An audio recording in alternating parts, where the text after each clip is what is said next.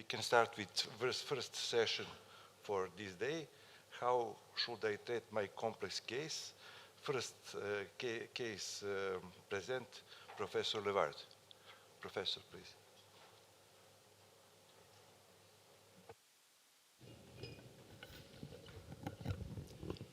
So, good morning. So, it was, I proposed to the organizers to speak about a complication or about anatomical variation. They asked me to do the same, which is not the both, which is not really not possible in 15 minutes. So I decided to present coronary anatomical variation seen in adults. And you will see inside this, you will see,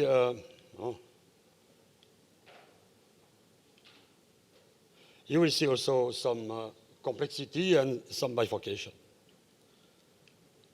So this is what I will show is a collection of strange anatomies that I've collected during a very small percentage of what I've collected during my long career. So this is a quite old classification of anatomical variation observed in human hearts, in normal human hearts by Angelini, the Pope of this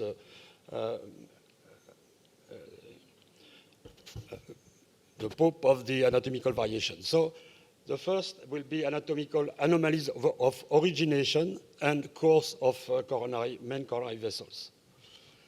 Absence of left main trunk. This is here. What is this? And this is one case. In this patient has a tight stenosis at the ostium of the circumflex. The pointer is not working. Sorry.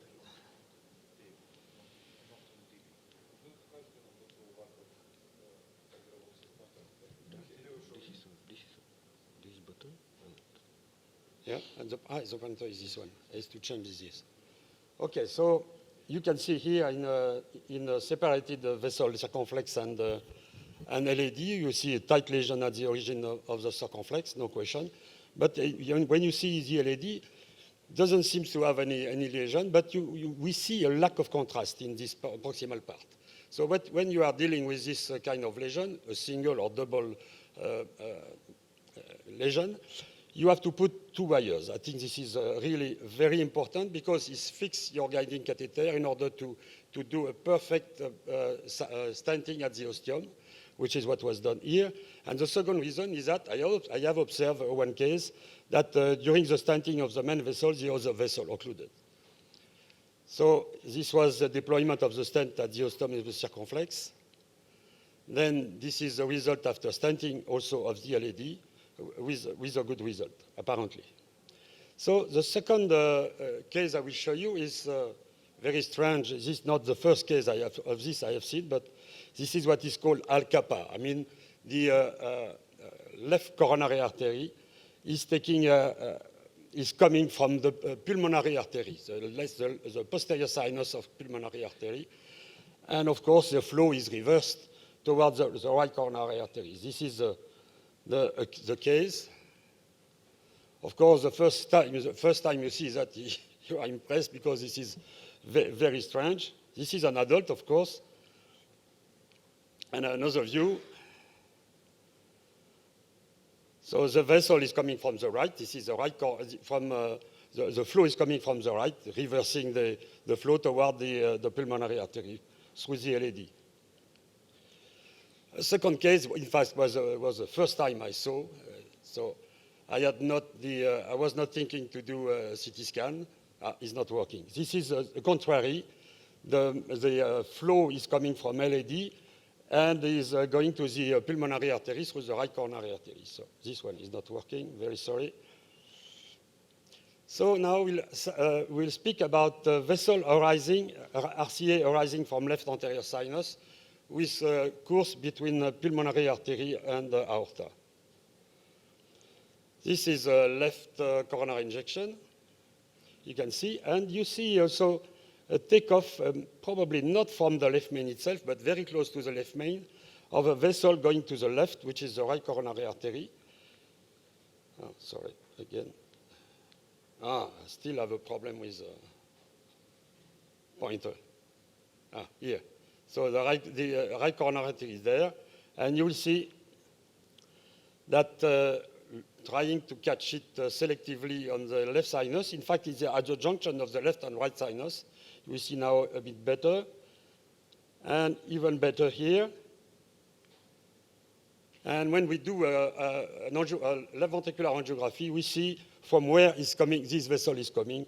This is between aorta and pulmonary artery, and not in the septum, between the two vessels. Here we have a patient, 50 years old, having a chest pain. He's a truck driver, a big truck, and he had a stress MRI, which is a practice in our group. You see that there is ischemia in inferior wall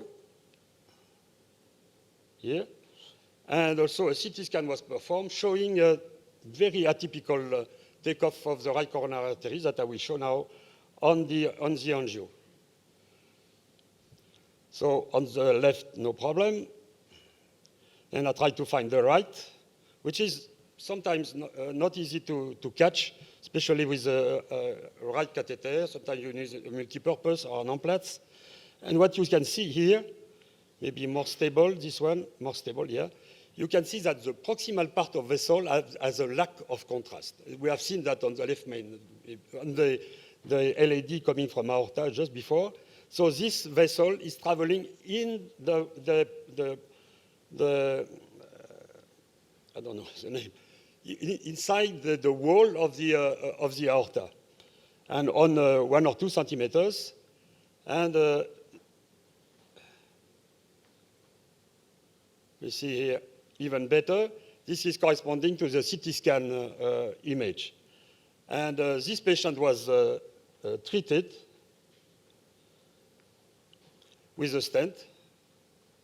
So it should be wires. Again, you have to have a stable position of your guiding catheter, asking patient to stop breathing, for example. And you put a stent adequately sized in the proximal part of the right. And this patient was asked to have a 1-year follow-up, which is here, and also an MRI follow-up, which is normal on the right, to get his license. And he was successful. I have a problem with this. So we see now a classical, the most frequent anatomical variation is the takeoff of the circumflex artery from the right sinus, sometimes from the right coronary artery already. So you will see that. So this is the circumflex, very classical abnormalities. It is always crossing to the left behind the aorta. I think it's very important. This is, I have seen the statistics saying this is 96%, so it's supposed that it's possible to cross in another way, but all the cases I have seen were like this. And this vessel is very prone to atheroma, abnormally prone to atheroma. So when we are catching it, frequently we find atheroma and we have to treat. So this one was treated with stents, probably not very well, as you will see. So with the result with 2 stents, and I left this lesion untreated in the middle, considering that probably it was not so significant. Left coronary artery arising from the right anterior sinus. This is something which is maybe much less frequent.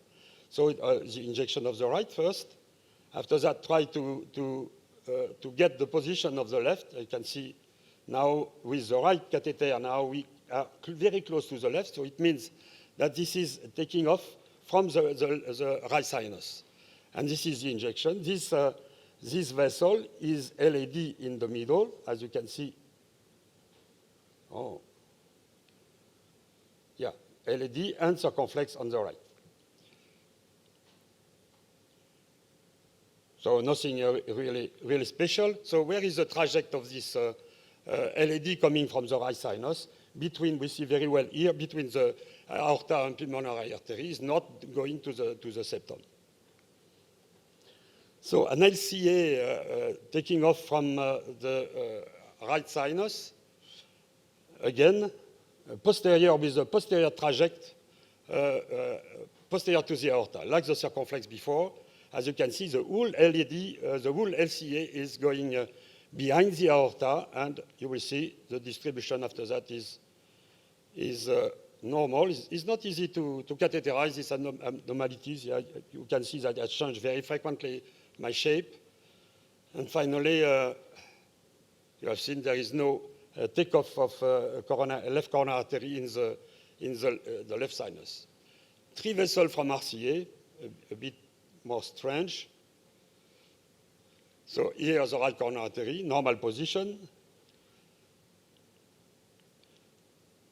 The second is selective injection with an implant, you see, of LAD with giving the first septal. So it means that this is crossing in the septum at the top of the septum, and then distributing a poor left coronary artery. And of course, something is missing, which is the circumflex. On the contrary, this is a very big vessel covering a large part of the left ventricle.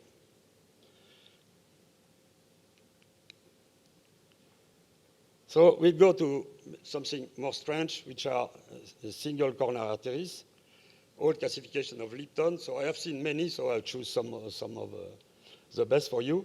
This is the chase for a left coronary artery. Was not found, and this is injection of the right. The patient is presenting with an acute MI. And my fellow was working as a first operator. He was very surprised not to find a left coronary artery. But if you look at the, no, it's not this one. Oh, yeah. If you look here, you see that a vessel is taking off here, and this is the unique coronary artery. When you open this vessel, you discover the circumflex and the LAD, this lesion was stented, and this is the anatomy of this single right coronary artery, giving LAD and circumflex in the prolongation of the third segment of the right.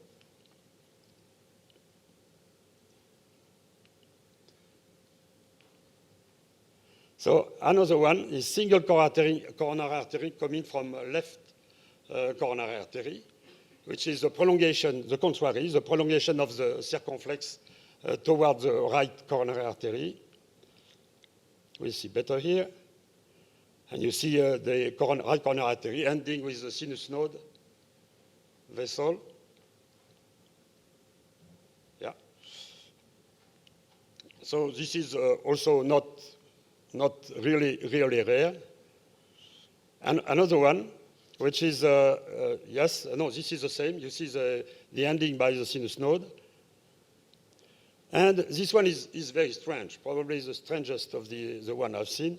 This is the right coronary artery with some curious connection in several positions from here to here. For example, another one from here, which is going to the circumflex or to the LAD is not easy to see. And another injection, now this is an injection of the left coronary artery. You see this is taking off from the right sinus, close to the right coronary artery. And again, it is injecting, it is crossing on the infundibulum, pulmonary infundibulum, and it is giving LAD with 2 connections and also the circumflex.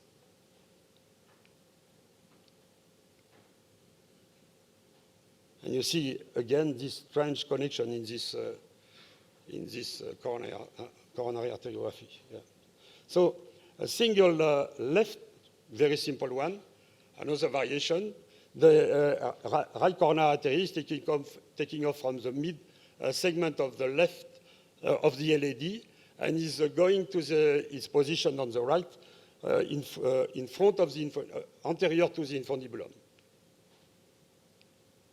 Very simple anatomy to recognize.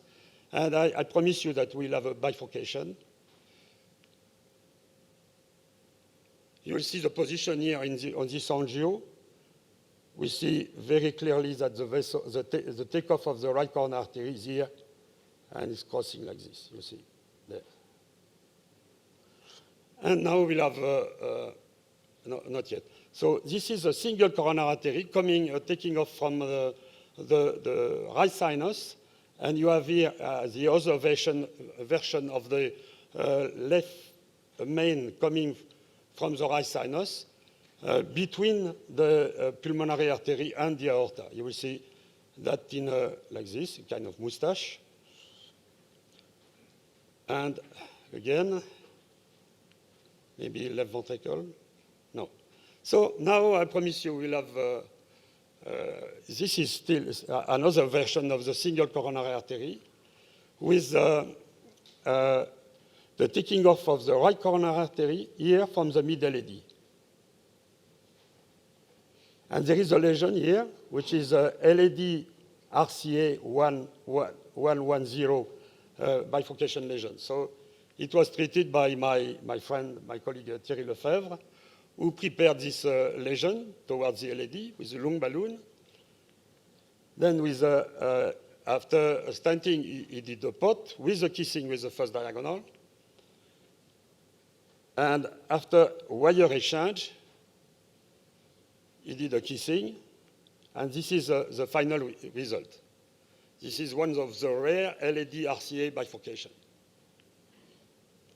And this is a very old case I have seen. You can see it was done with an old machine. This is a left coronary artery giving the right coronary artery through a trajectory of the right coronary artery deeply in the septum to go back, to go down and right to the right coronary artery. Very strange. So a single coronary artery coming only from the right coronary, from the right sinus. You can see that we see the right coronary artery. We see the circumflex going posteriorly to the aorta. And what is interesting is to see here the LAD there. And this LAD is giving the first septal. It means that there is a trajectory inside through the eye septum.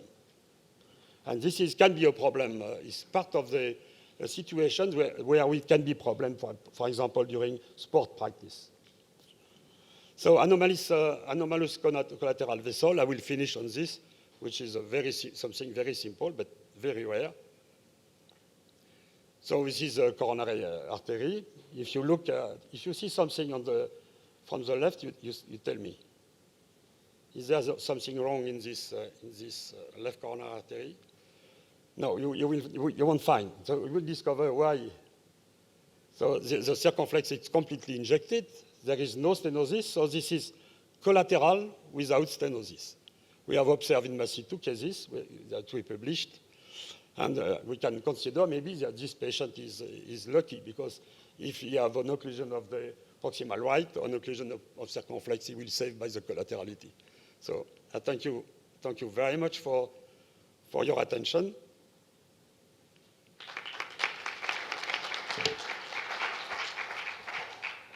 Thank you, Professor Levert. Any questions, suggestions? Fortunately, this problem is not common in our patient. In our hospital in Zaječar, Serbia, we had 2 patients with acute myocardial infarction and complete occlusion of artery without any changes on ECG. And we keep in mind this problem in acute patient presentation.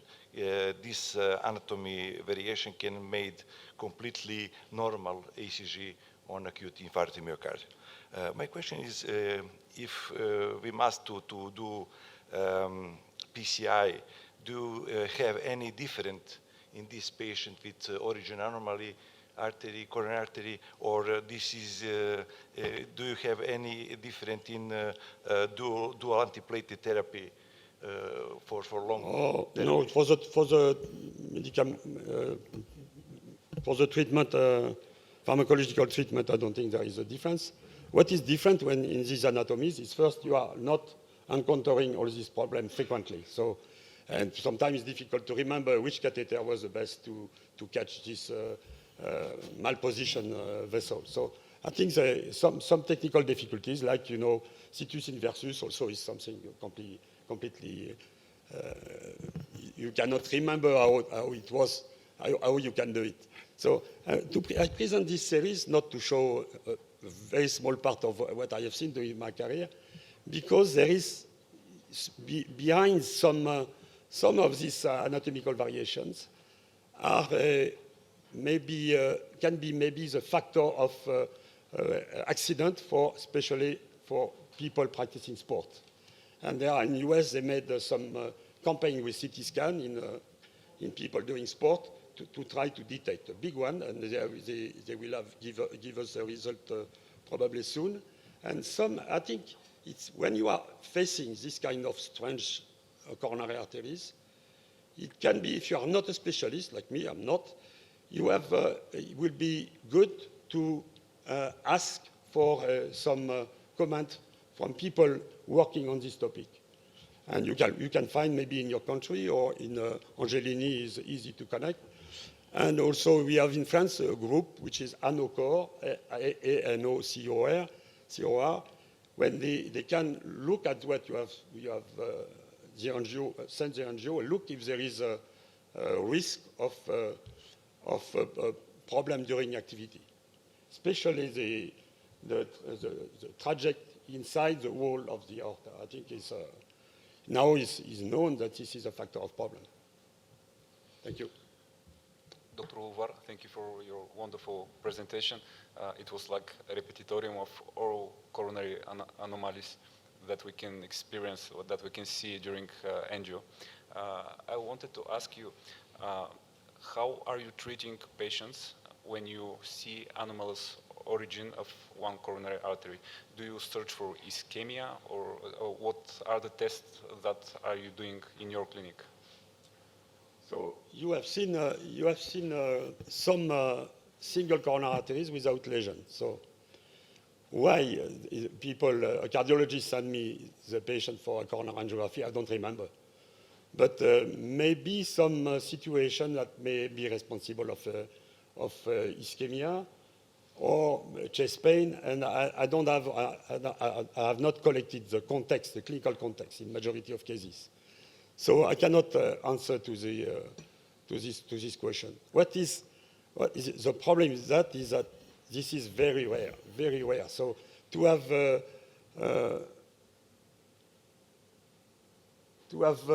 remember what we did the time before, we did after the coronary angiography, we did a CT scan, or we did an MRI or a stress test. Or I cannot tell you how to do that. So if we have or if we don't, except it for the abnormal trajectory in the wall, you can look for an ischemia and localize the ischemia. If it's a territory of the vessel, it has to be treated, in my opinion. Yes. So it can be treated with the stent or also by the surgeon, which is more invasive. They unroof the trajectory and go to the normal ostium of the right. Yes, this was my question, because the most common anomaly, when we see a circ coming from the right, usually we do a CT scan, and after that we induce ischemia, maybe stress echo or another modality. The circumflex behind the aorta is a subject of atheroma, much more than circumflex in good position. But this is, for me, this is the only one problem with this vessel. This is, there's no compression, this is outside the vessel, so for me it's not a problem. Yes. It's the most frequent anatomical variation. Yes. Yes. Thank you so much for your wonderful presentation. Before we continue, I would invite all the foreign faculty in the room to join us. Yes, of course. Next presentation is Dr. Joric from our hospital from Zaječar.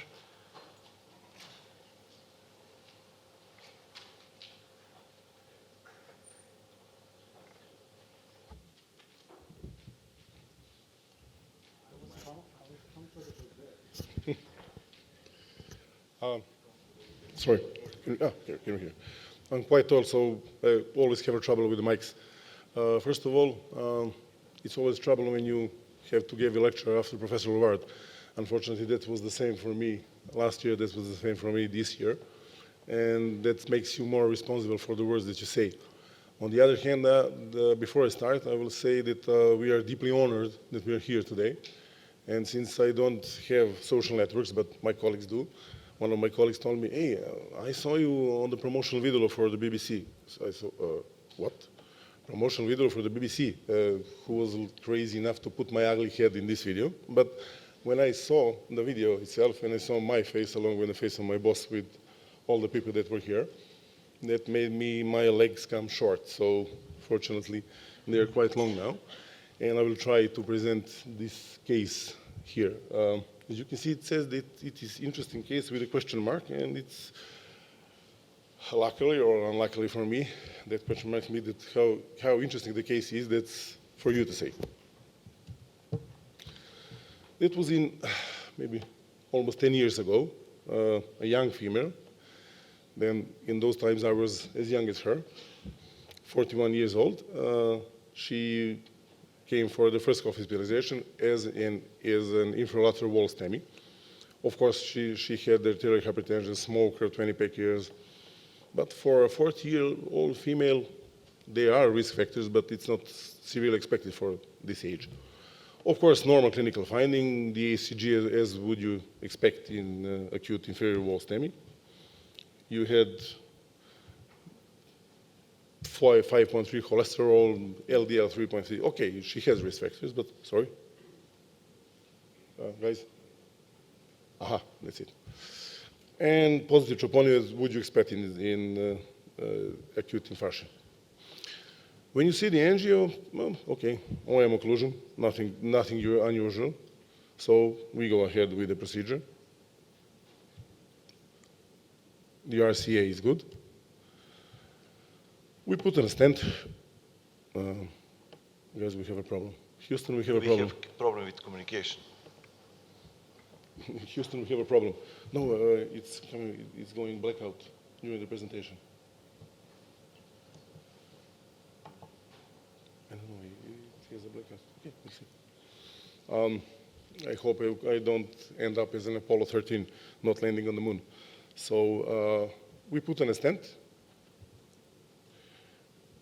You see the, sorry.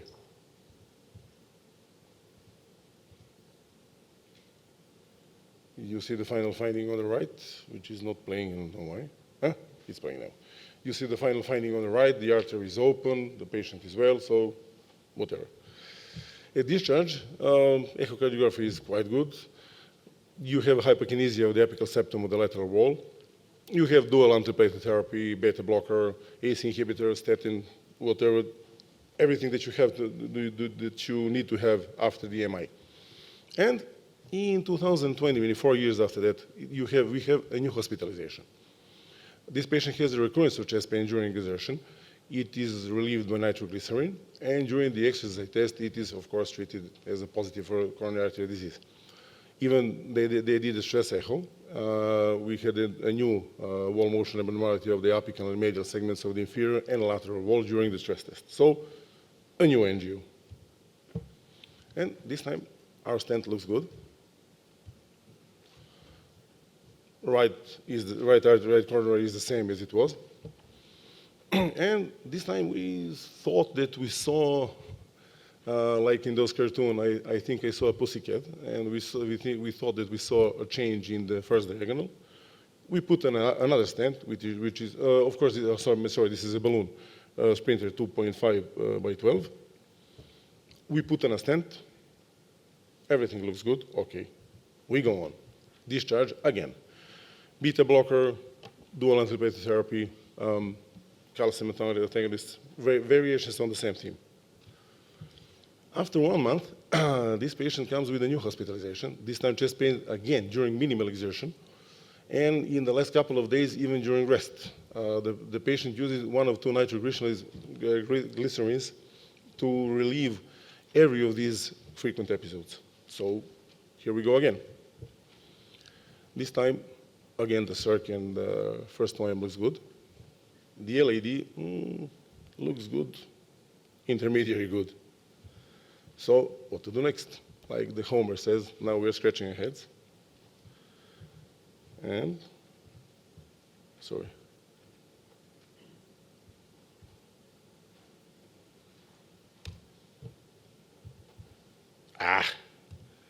It goes down. What are we going to do? Don't worry, Mr. B. I have a cunning plan to solve the problem. So we have a cleaning plan, and now And now for something completely different. for something completely different. So we try. My boss says, let's do a hyperventilation test. Okay, so we never tried this one. The aim is not to increase the level of, this is a little bit of theory, I hope that everybody knows it. This is more for me than for you. But that actually decreases the level of CO2 and thus induces the respiratory alkalosis. On the other hand, that lowers the level of hydrogen ions, enhances the exchange of those with calcium ions, making the vasospasm. High levels induces the contraction of smooth muscular cells and in turn makes the vasospasm of the muscular wall. So my boss actually found this coronary vasomotion disorder international study group. At that time, I was also scratching my head like Homer Simpson what that is. But if you look at it carefully, you have class 1 recommendations for something like this. So positive test the test is performed with 23 deep respirations during 3 to 5 minutes. It's considered positive if the patient has chest pain, ischemic ST changes, and coronary artery spasm on angio. So, or occlusion or subocclusion more than 90%. Focal spasm is one coronary artery segment, and diffuse spasm is when 2 or more segments are involved. So we tried the hyperventilation test. This is before and after. Oh my, where there is artery, there is no more artery. So this test is actually being positive. And in turn, finally, we put in a stent. The patient is well, and since the 2020, she has never came back. Hopefully, she's still alive. So in conclusion, it's a simple use for a diagnostic test in the cath lab during the coronary angio, very useful for diagnostic vasospasm in well-selected patients. Ester Holy is gold standard, but it's easier, and when you don't have Ester Holy, but like we don't, you do a hyperventilation test.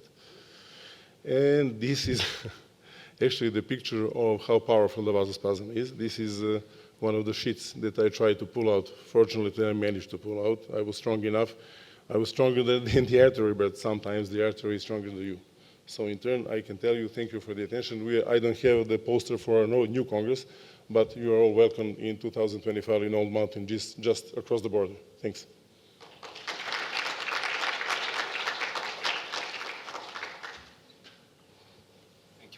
Thank you for your case. It was very interesting. We have a specialist in vasospastic angina in the room. Maybe it would be great to hear their opinion. Why you decided to stent the LED?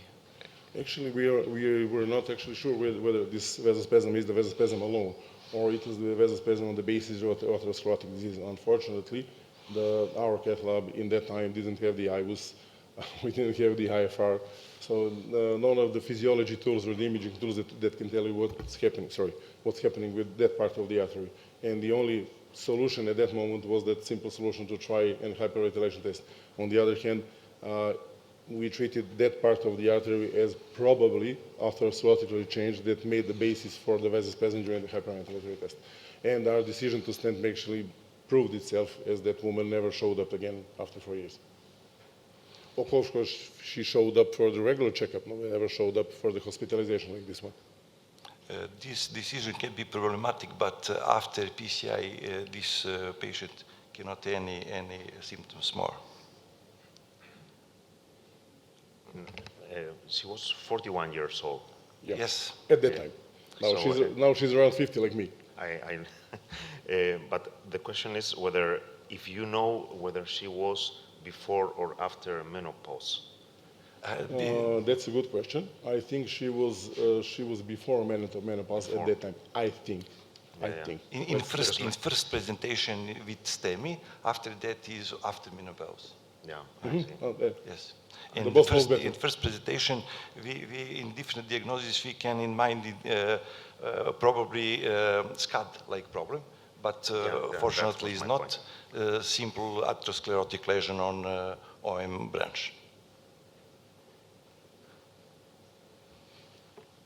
Any comments from the audience? I just want to say that in Bulgaria we have one even PhD thesis on using the provocation spasm test of Professor Ivan Manukov, his son, is there.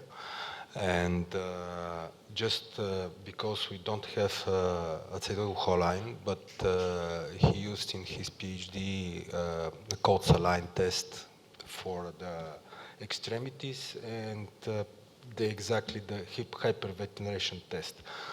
So, and he checked the ischemia with ECG. So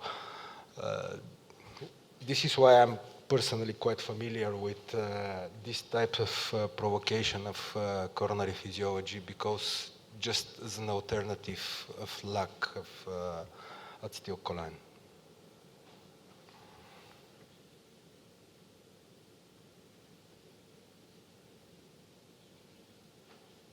Okay, thank you very much. Thank you. Great case.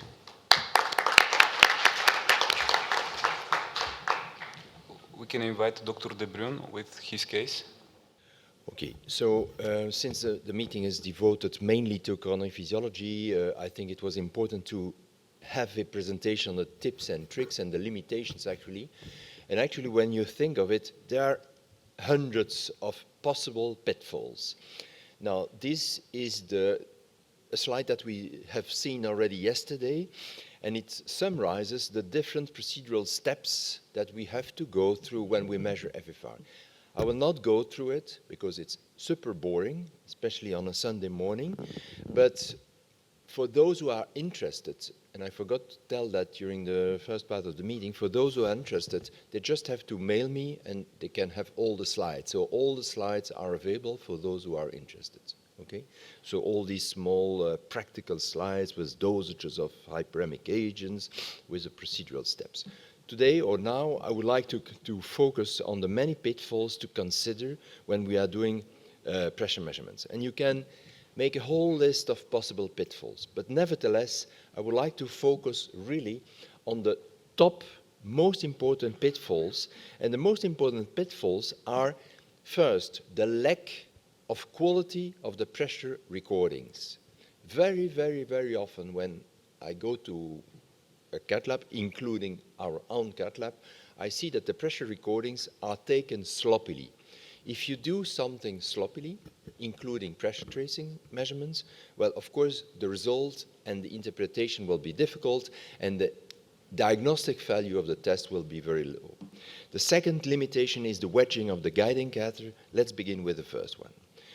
How should it be? Actually, when we do a pressure measurement, it should be something like this. And we have demonstrated that yesterday during the live cases. It takes 1.5, 2 minutes. So it's not a lot of time, but we have to take it. And 2 minutes in a cath lab can look like an eternity. You agree with this? First, you start with the left part of the tracing here, and you record the pressure tracings at rest. And to be at rest, it means that you have to wait a little bit. You don't have to make these measurements immediately after having injected contrast medium. Contrast medium induces hyperemia, and therefore you will not be at rest. So to record the baseline, the resting situation, is something which is important.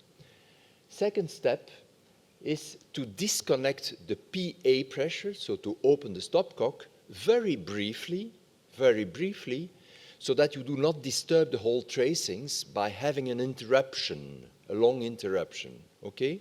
So if you have this very brief interruption, well, then the tracing will look nice. Then you close the stopcock, you re-establish the PA, the red tracing, and you have a nice pressure tracing with a steady state hyperemia, which lasts approximately 20, 30 seconds. All we need to have a nice tracing. But again, we have to do that systematically each time in the exact same way, and we have to be patient. Good? If you do like this, you do a first measurement, and you will have something which is like this. You have a measurement of fractional flows of 0.72 in this case. And if you do it a second time, you will obtain the exact same value. So it means that, first, these type of measurements, when you do them well, they are extremely reproducible. I mentioned already yesterday that I do not believe there is one index in medicine, actually, which is as repeatable as FFR when done properly. When you do it sloppily, you will have values all over the places, okay? The second consequence is that you should not repeat it the second time if you do it right from the first time, okay? So do it at your ease, record that carefully, and of course, do not forget to record them, okay? So I split all these steps in different slides. I think we will go faster because otherwise we're going to lose time. Now, recording things is really important. Look, this is an example where we also have rest and hyperemia. Just on the basis of this tracing, you can tell something very important for the patient. What is it? What is striking in this tracing? This is rest, and you have a gradient of 20 millimeters of mercury, and this is hyperemia, and you see that the gradient is still 20, 25, 30, barely increased during hyperemia. What is going on there? It's not rocket science. It's just a matter of common sense. When you see this, and that you are sure that you have injected indeed papaverine, you can say like this, that there is a massive problem with the microcirculation. Do you agree with this? Do you understand that? And of course, if you do not record the resting tracing and you just give hyperemia and then you push on the button record, well, then you are not able to compare rest and hyperemia. There is a massive problem of the microcirculation simply because there is no increase in the pressure gradient. If there is no increase in the pressure gradient, it means that there is no increase in flow. And if there is no increase in flow during hyperemia, it simply means that there is no vasodilatation. You might say, yes, okay, but maybe it is a critical lesion. But if it was a critical lesion, the gradient at rest would be much more pronounced than that.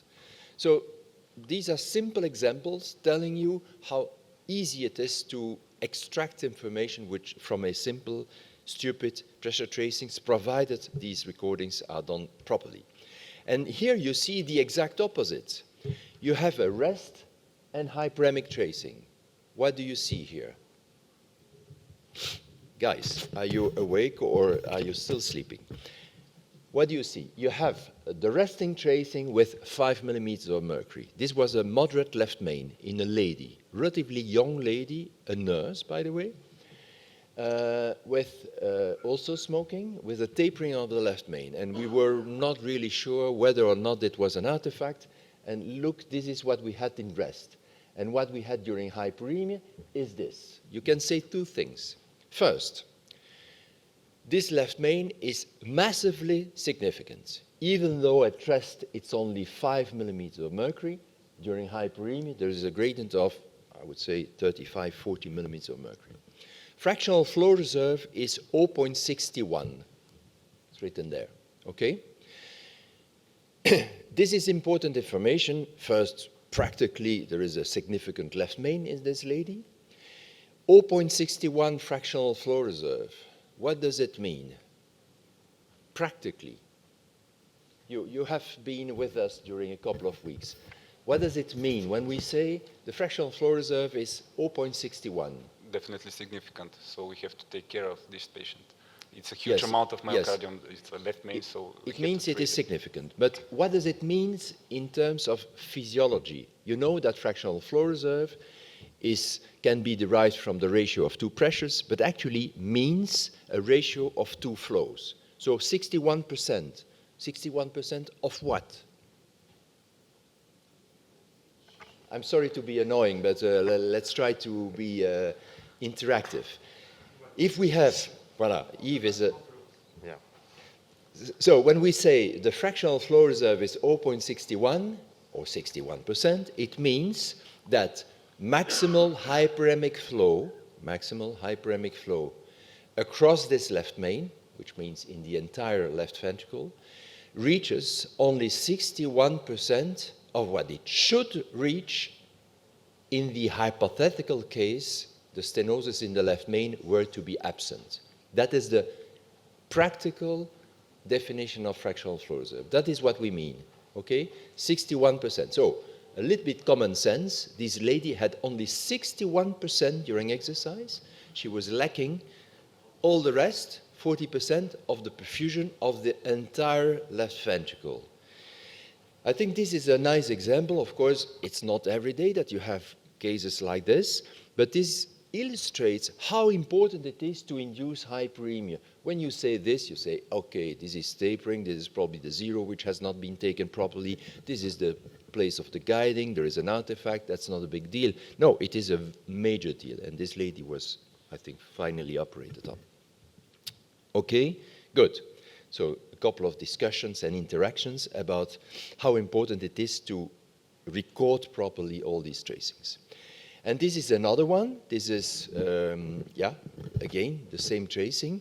You see that the resting tracing, I don't know why I show this tracing, but wait, I will have a look. Yeah. When you record the tracings like this, as we just discussed, it means rest and hyperemia. You know exactly where you are in the tracing. And very often when we get tracings from other centers, in the context of studies, we get things like this. What to do with this? Where are we? Is that rest? Is that hyperemia? Is that a tight stenosis? I have no clue. So if you do like this, you immediately recognize what's going on. If you do like this, it is actually the same information, it was the same patient, but they recorded only a part of the tracing, and therefore we cannot say anything on these kind of tracings. So be careful in acquiring your data so that you can recognize them afterwards, because otherwise, 10 minutes later, you do not remember exactly what you did. And finally, and we discussed that in length, and Adriaan, who is there, gave a nice lecture on the so-called PPG, pull back pressure gradient. This is the last step after these rest and hyperemic recording. You induce hyperemia again. You wait that the PD decreases as low as possible. And then you pull back over a period of 20 seconds. Very easy. And then you get these kind of tracings where you can evaluate whether there is a step, where the step is located, how big it is, whether there is only one step in pressure, and the machine or the software will give you the PPG, this value, which is a kind of quantification of the diffuseness versus the focality of the lesions in the vessel. Actually, the PPG, you can also explain that as an index which tells you, which quantifies how the resistance in the epicardial vessel is distributed. Is that diffuse or is it focal? Is it amenable for stenting? When it is like this, it's obvious. Or is it a lesion which anyhow, whatever stent you will place, even if you put a 60 millimeter stent, you will not improve things very much. Okay, this is the PPG. I'm just repeating what we have done. But today, I just insist on the fact that these things should be measured carefully and properly. Good. Now, the second thing I would like to focus on today in this limitations section is wedging of the guiding. You all know what it is. When we enter with a catheter in the right or in the left main, even a diagnostic catheter, we sometimes have what we call wedging or ventricularization, but it is much more subtle very often than what we think. And this ventricularization is actually the effect of a pressure gradient which occurs between the tip of the catheter and the central aorta. That is ventricularization, okay? And this difference in pressure is related to the position, to the room which is occupied by the catheter itself.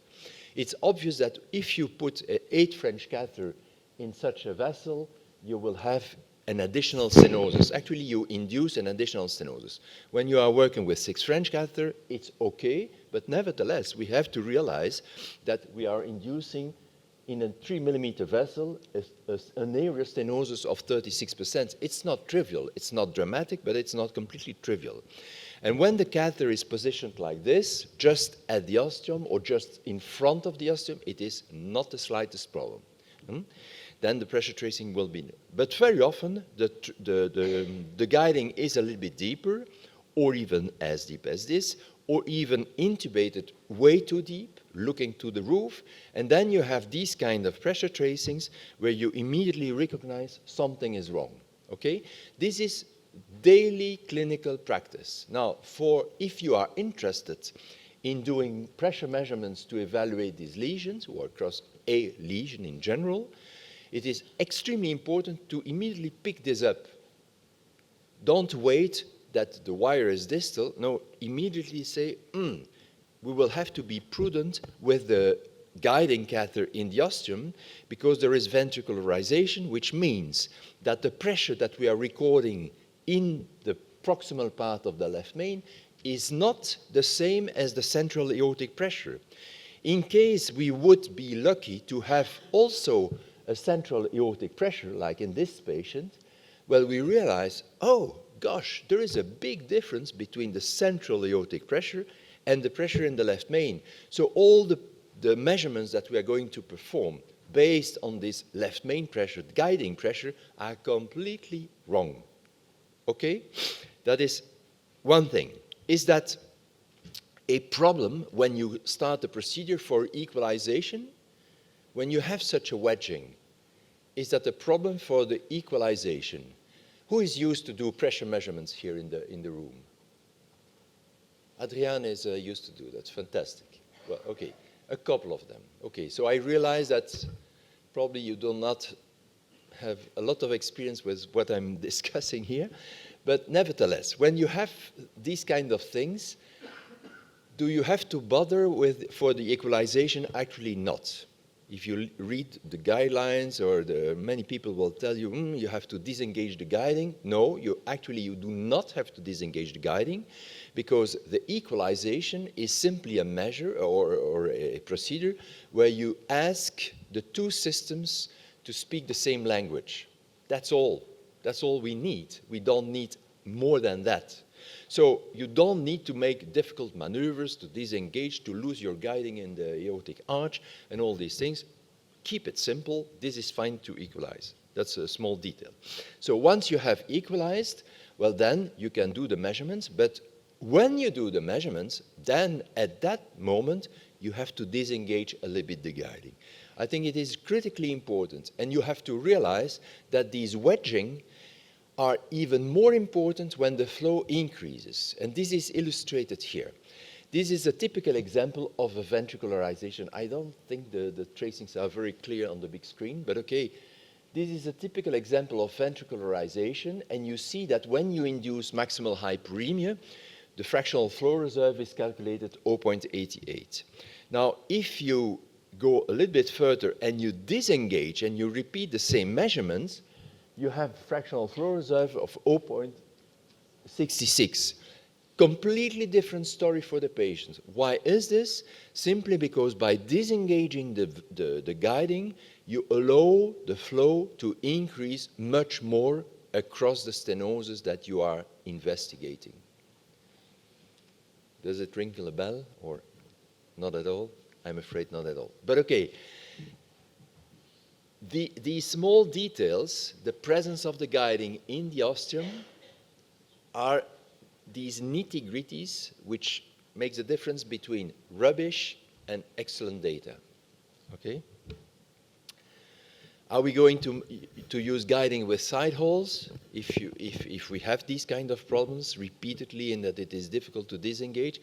Well, do it if you are not interested in measuring pressure, but if you have to measure the pressure, never use guiding with side holes, because the guiding with side holes, they will give you a kind of mixed bag between what happens in the coronary artery, what happens in the central aorta, and you are absolutely impossible you're unable to tell what is what. So no guiding with side holes when you are interested in physiology. So to summarize, all these pitfalls, they have to be recognized and corrected.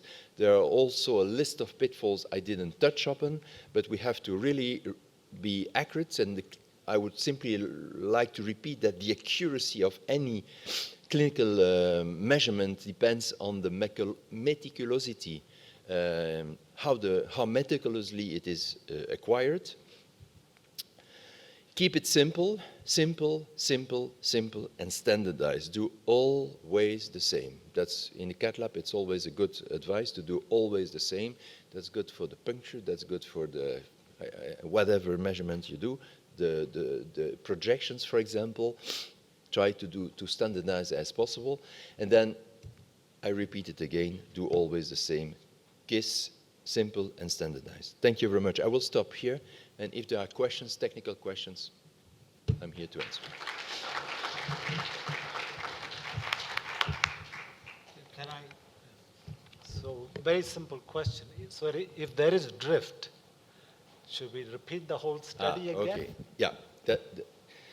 You have seen there was a whole list of possible pitfalls. Drift was one of them. And drift is the most vexing thing that can happen in pressure measurements and in everything, by the way, because you realize that there is drift at the end of the procedure, and then you say, gosh, when does this drift occur? When was it in the procedure? Impossible to say. Very often it's a progressive drift, so theoretically you have to repeat everything again. Now, in practice, it's not like this. We have to use a little bit common sense. If the drift is massive, you have to repeat everything again. If the drift is, let's say, 0.02, 0.03, 0.04 units of fractional flow reserve, you can live with this because you have to incorporate that in your reasoning. Yves.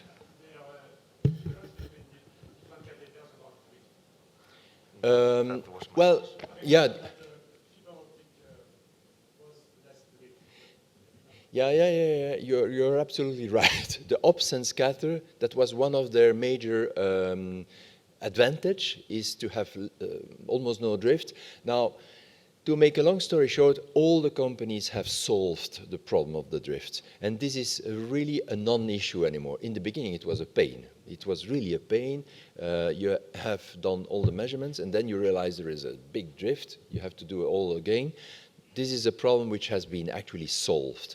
And actually, it's very funny.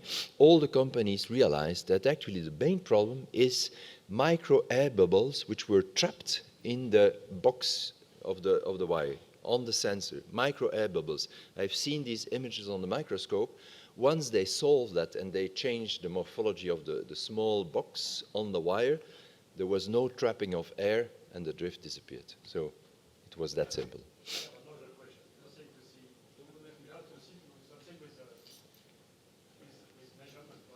I was planning many years ago to use this pressure wire as a normal wire to do a bifurcation. So you put your stent across the diagonal branch, the wire you pull enters the side branch, and you measure the FFR in the side branch to see if you have to do something.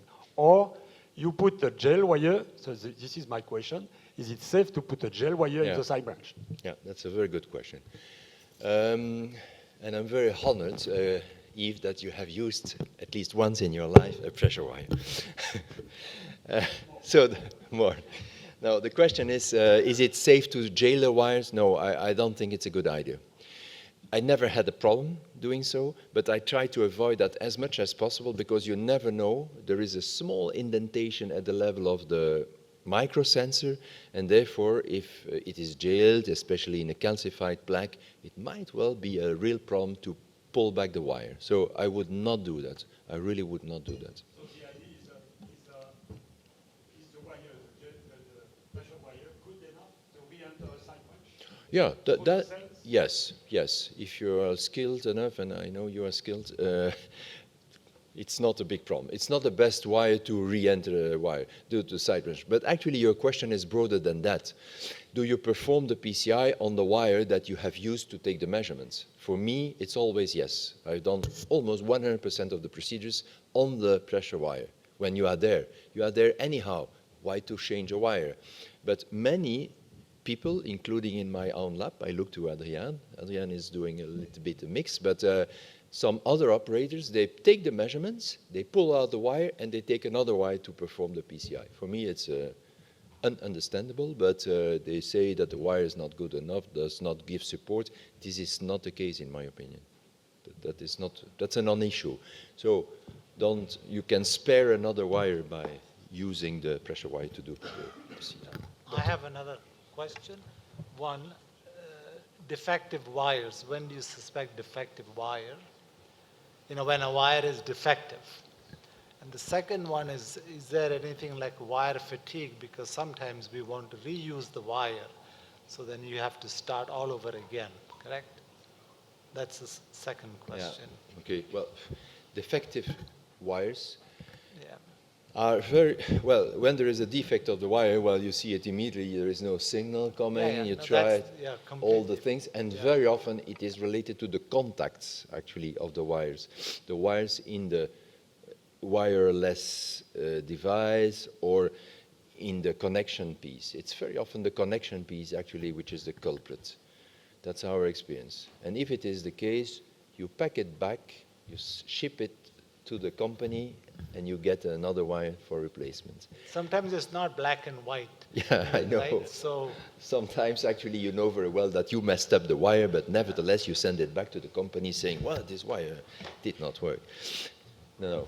And the And second then the part is- second one, to reuse the wire, yes, when you have used the wire, you have pulled it back, you had put it on the table. Well, I think simply you have to be very careful and to ask the nurses to handle the wire with care, because they are, of course, much more expensive than a regular wire. And but it's relatively rare to have this situation, honestly. It's relatively rare. since you were showing us tips and tricks, Yeah, you know, these are tips and- sometimes if you want to be Well, very when we careful- do it, we try to put the wire back in the plastic tubing completely, so that really it is protected. And of course, if you pull back the wire and it is completely curled, forget it, then it's better to take another wire. Another practical question, when you work on the pressure wire, do you always believe that when you reconnect the transmitter, the normalization, the equalization is accurate? Yeah, that's a good question. Of course, you cannot check that all the time. But nowadays, all the companies have solved these problems of connection, disconnection. There is no drift at that moment. They are quite reliable. It's incredible how much progress all the companies made in these wires. I think the audience was a bit shy saying that they are not doing a lot of FFRs, because right now FFR is reimbursed in Bulgaria, so there are a lot of cath labs that are doing FFRs routinely. Okay, well, so this presentation was let's very... put the question again. Who is equipped with a, let's say, a coronary pressure monitoring device? In which cath labs? Okay, that's already a different... Please don't be shy. Okay, so you're equipped and you are using it once in a while. So, okay. Bernard, sorry, You were right. Because I'm the president of Bulgarian Society and I can speak about the situation in the country, there is almost no cath lab without equipment for FFR measurement or for IVUS measurement. The problem is in use of this equipment. We don't have problem. Practically almost all the cath labs have FFR machines, different kinds, because we use practically all types of companies, different companies. The problem is in application of the devices and the change in attitude, in mental attitude of the operators. This is why we are doing this course this year. And a very practical question, curiosity, but is the wire reimbursed or is the procedure reimbursed? Both. Yes, Of the course. procedure. Then there is no reason not to do it. Yes, we use all type of devices, wire-based, microcatheters, everything. Do you have an idea how much the procedure is reimbursed? Not the wire, but 1,200. 1,200? Not in euros. The procedure. Yeah. The procedure is Just to have paid, an idea. It is paid separately from the wire. The wire costs 600 euros. Yeah. The device, the payment for device is 600 Yeah. euro. Okay, anyhow, these are different, let's say, limitations in different countries. I will stop here and I will leave the floor to the next speaker. I don't know the program. But thank you very much. By the way, Dobrin, I'm sorry, practically, on the list, I was supposed to give another Yes, I saw. number of cases. I don't have cases, that was as we discussed. Okay. I think we discussed enough all these limitations. I will not repeat again because I have a whole list of simple examples of limitation. I think it is a little bit redundant if we do so, if you don't mind. Okay? Thank you. So, this is Dr. Mateev. I know him from more than 20 years. Yes, yes, of course, I'm not Dr. Bujemus. Unfortunately, she is very ill, so I will try to be Dr. Bujemus. I will show you an interesting case which is related with precision in coronaries in bifurcation PCIs and importance of best interventional techniques to have excellent result. Okay, using proper devices, I mean balloons and of course stents. So let's start with the case. This is an extremely ill patient, 7 years old male. You may see in the lower left angle of the screen the diagnosis list. It consists of 16 lines of diagnosis. He has 2 myocardial infarctions in late 80s and 90s with CABG performed with 3 grafts, Lima, venous graft to marginal and right coronary, and mitral valve replacement 10 years ago. Due to severe heart failure with paravalvular leakage of the mitral prothesis 1 year ago, PVL procedures was performed. You can see the first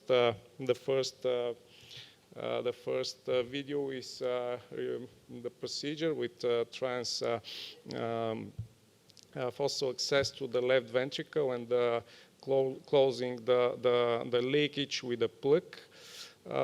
Next procedure, you can see the Lima, which is patent. That's why the patient is alive. Next video, this is in fact CTO of the only venous graft which is patent after the procedure. This is CTO venous graft, which is a severe procedure per se, so excellent result. The patient is with ACD because of ventricular tachycardias. Despite the fact that 2 catheter ablations were performed. Anyway, the patient continues to be with angina and unfortunately with recurrent ventricular tachycardias. That's the reason for last procedure, which was performed 2 days ago. You can see the result in left main, LAD and circ. Circ is not protected because the marginal is occluded. Lima is patent. You can see the degree of calcium. Venous graft is also patent. So the intention to treat was to try to revascularize as much as possible. So the plan was to perform ROT from left main to circ with smaller burr, left main to LAD with bigger burr, IVUS just to measure. Of course, we don't expect to make IVUS before ROT ablation because of the calcium in distal left main. So IVUS stenting pot, key spot, and final IVUS to see the result. Okay, just one educational chart to see the concept above severe calcification type of procedure. You can some options, of course, NC balloons, of course, ROT ablation or orbital atherectomy, and of course, a new option which is available since some years in Bulgaria also. Unfortunately, it is not reimbursed, but anyway, it's an option. This is lithotripsy technique with shockwave balloon. I can say that these are options which are in some cases useful, very useful, only in combination, because lithotripsy balloon is a bulky device. It cannot cross most of the lesions, so we need IVUS just to crack the plaques, just to make a place to balloon, and afterwards we'll continue with lithotripsy balloon. So this is the procedure.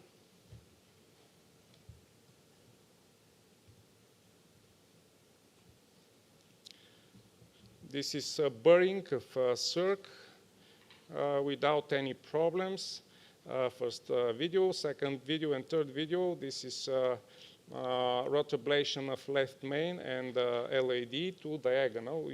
You can see the previous video that there is a big diagonal, and something which is very important, take into your mind that proximal septals are also very important in this kind of patients, because this patient has not only a diagonal, but two septal branches, which are very important in this very diseased anatomy. So the result after rotablation, this is the crossing with IVUS probe. The video is long, but anyway, you have to see the whole record.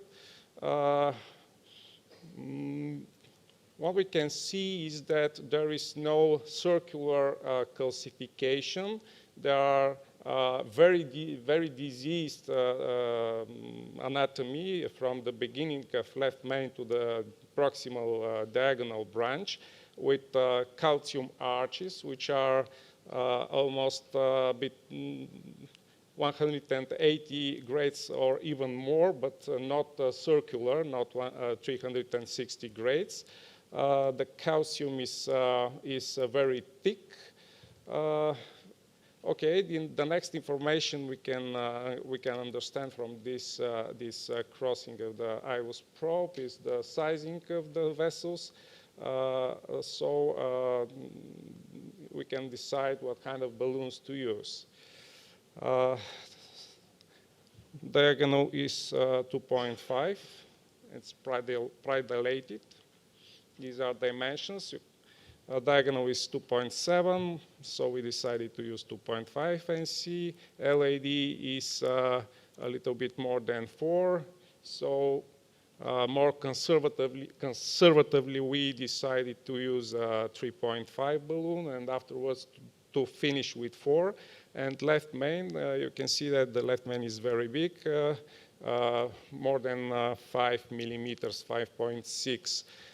So we have to decide which kind of stent to use, just to be post-dilated up to 5.5 millimeters. This is the procedure with ballooning. First, just a second.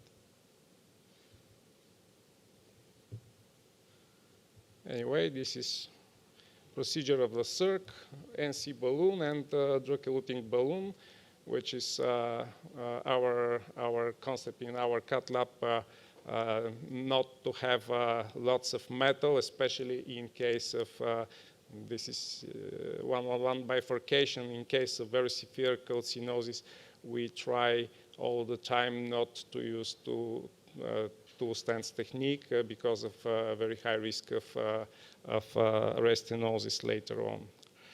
So this is procedure of left main to diagonal, 2.5 in diagonal, 3.0 in LAD, which should be post-dilated up to 4, and left main to LAD, 3.5 to 28, of course, stent which can be post-dilated up to 5.5 or 5 millimeters later on.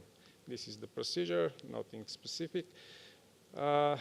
This is only non-selective picture of left main.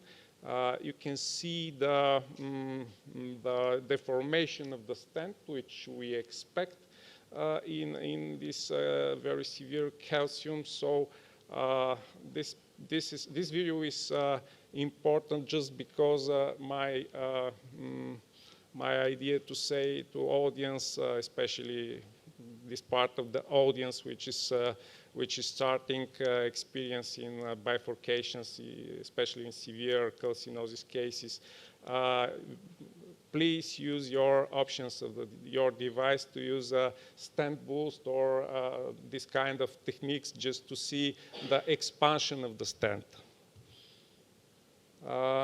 These are final recommendations of the bifurcation scientific group in terms of performing true bifurcation procedure by means of using POT, KISS, and final POT. And to the right part of the screen, you can see the rationale of this specific kind of device we use, which is dedicated balloon for making a POT properly, because the issue is not to do POT, but to do it right, to do it excellent. You can see the rationale. The idea of POT is to expand the proximal part of stent, which is with the diameter lower than the proximal part of the vessel. This is a general truth in bifurcation procedures.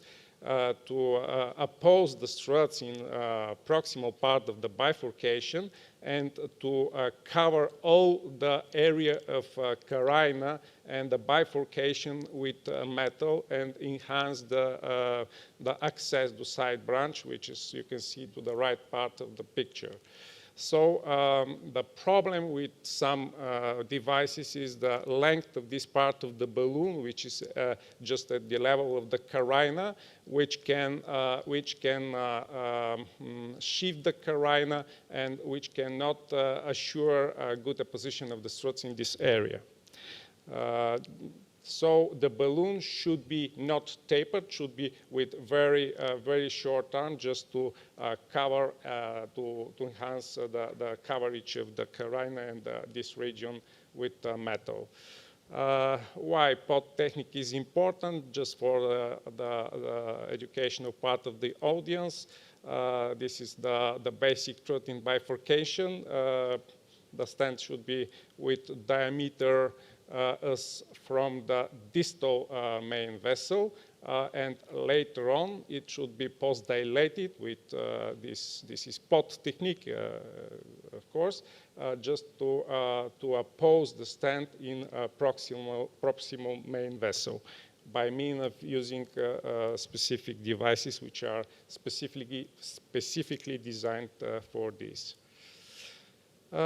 Just small data from the science. This is Ultimaster registry with last data about POT. This is, of course, with Ultimaster stent, new generation stents. In terms of performing bifurcation lesions, these are baseline characteristics of the trial. Anyway, this is the interesting slide which we are interested. This is the rationale of proximal optimization technique. This is done in 1/3 of the cases, and the results after the analysis was performed that the reduction in adjusted target lesion failure rate is lower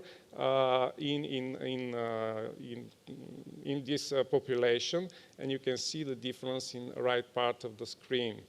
So the POT is important part and is related with later negative failure effects,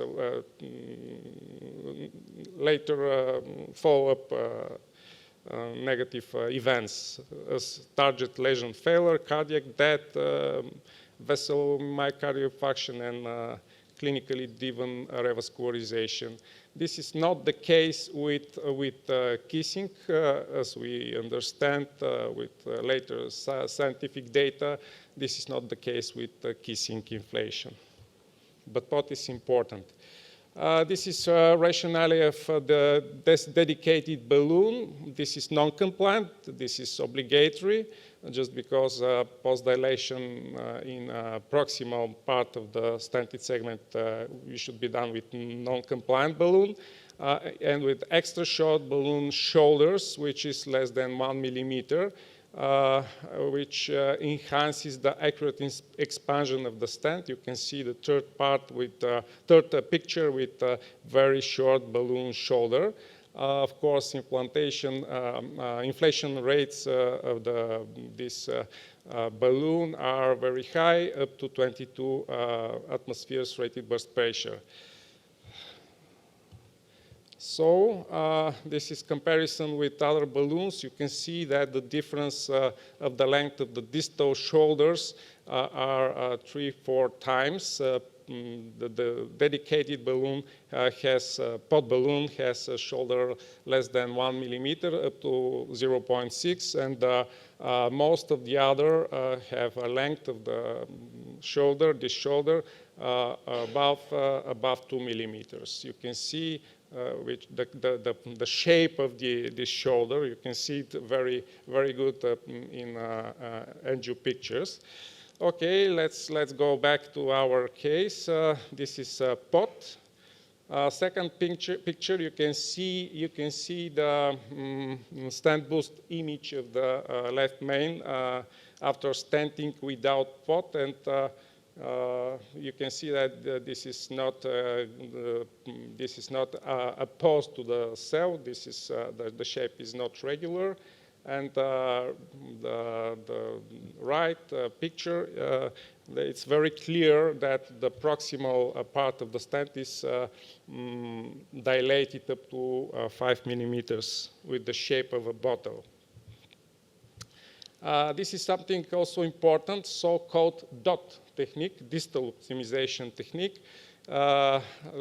Lots of times after performing POT, we can disturb the stent position in the proximal part of the distal vessel. In our case, this is LAD ostial. You can see the first picture of stent boost image, the changing the shape. So, of course, the calcium also helps this to happen. So we perform DOT with conservatively with 3.5 NC up to 30 atmospheres. So undilatable. This is KISS, and this is final POT or repot with bigger balloons up to 5.8. You can see the right video is excellent example of the balloon, this dedicated balloon with very, very short shoulder. You can see the shape, which is oval, which is not straight, but it's oval, and it's excellent in performing optimization, proximal optimization. These are the results. Final results. I think for this anatomy, it's excellent from angiographic point of view. Of course, we finish with IVUS. This was done for two reasons. One is educational. Second is just to see the ostium of LAD, which was not possible to post-dilate up to 30 atmospheres. Left main is with a minimal lumen area of 14, which is excellent. LAD has an area of minimal lumen area of 0.47, which is not excellent, but okay, this is not normal anatomy. In this specific case, this is a case with only diagonal and two septals, and with lima. So we decide that this is enough from clinical point of view. We'll see the result 6 months later with the option to use Shockwave 4.0 later on. And diagonal, and left main is excellent also, diagonal also. Second case, just one video Nothing is perfect. This is the only time I've seen, never ever, left main stented with 2.25 stent. I have never seen this before. Somewhere in other cath lab and with restenosis in left main. I don't know if it's only a restenosis, but I think that this is the stent itself because 2.25 in left main is nonsense. This is a patient after surgery with patent lima, and this is the ballooning with pot balloon, longer than usual we use because of risk of how it happens. Of course, the balloon is changing position. So this was my presentation. Thank you very much. So final take-home message, one sentence, one idea which I want to mention. If you want to have excellent results, you have to do things properly, in proper way, as recommendations are done, and to use proper devices. This is the only way to have excellent results. This is extremely simple to say, but this is the truth. So thank you.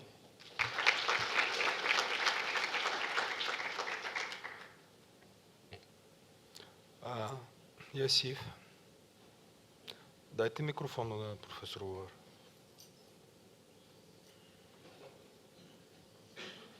I have a comment and concern about the use of today, systematic use of high pressure balloon. So why high pressure balloon? Is it to prepare the lesion?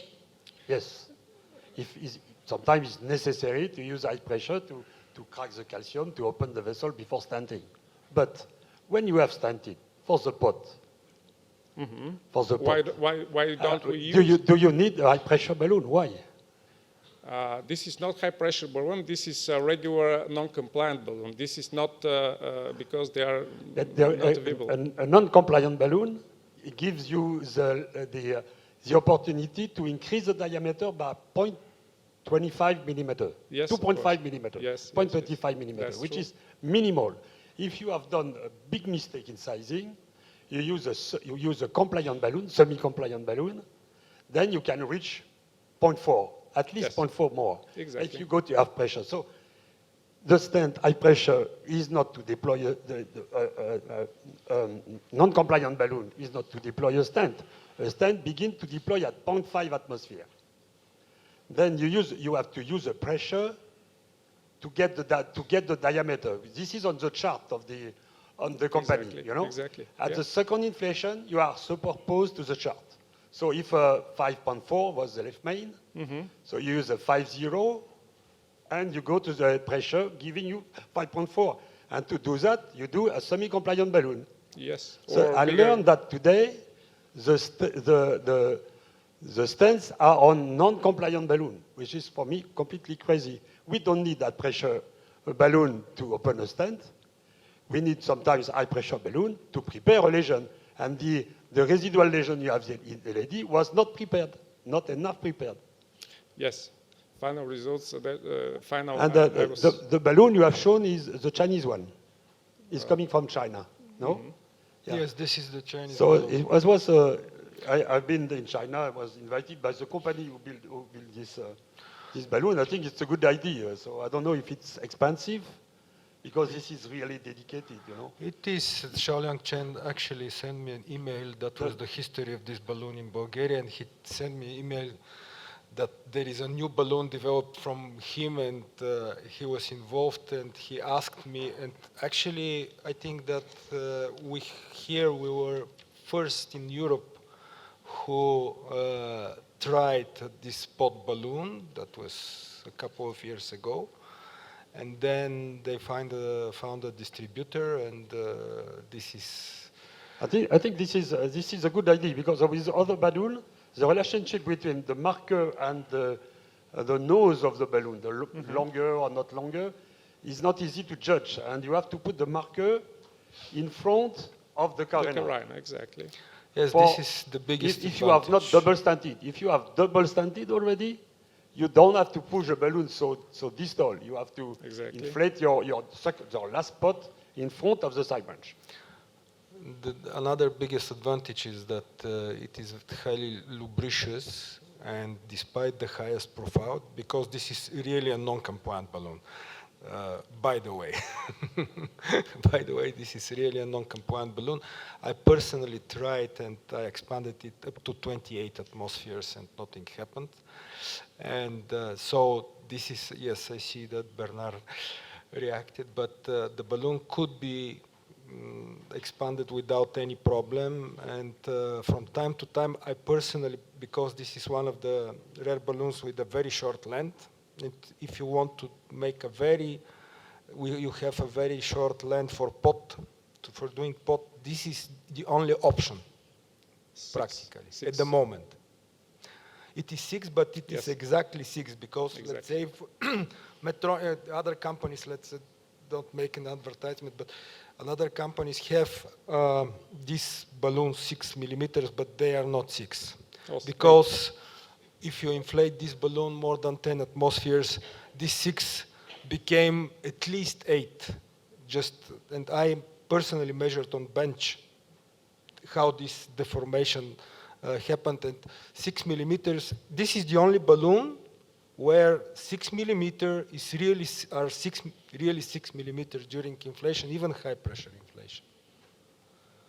I may just add that François Derimet and Gérard Finet always recommend a semi-compliant balloon for pot, because the geometry at the polygon of confluence is irregular, so a semi-compliant balloon might accommodate a little bit better this irregular geometry, but non-compliant balloons for kissing, because then you will stress the proximal part less. And just make the most of this occasion just to remind you, although the EBC has not blessed it as it probably deserves, but there is a genuinely Bulgarian technique, which is the POKI. It's the combination of pot and kissing balloon, which works excellently, because especially if this disparity in diameter between the main branch and the side branch is very high, we inflate to the same pressure, but the big balloon has more power, more craft, more force, and collapses the small one. And if you look with OCT, you find very funny results.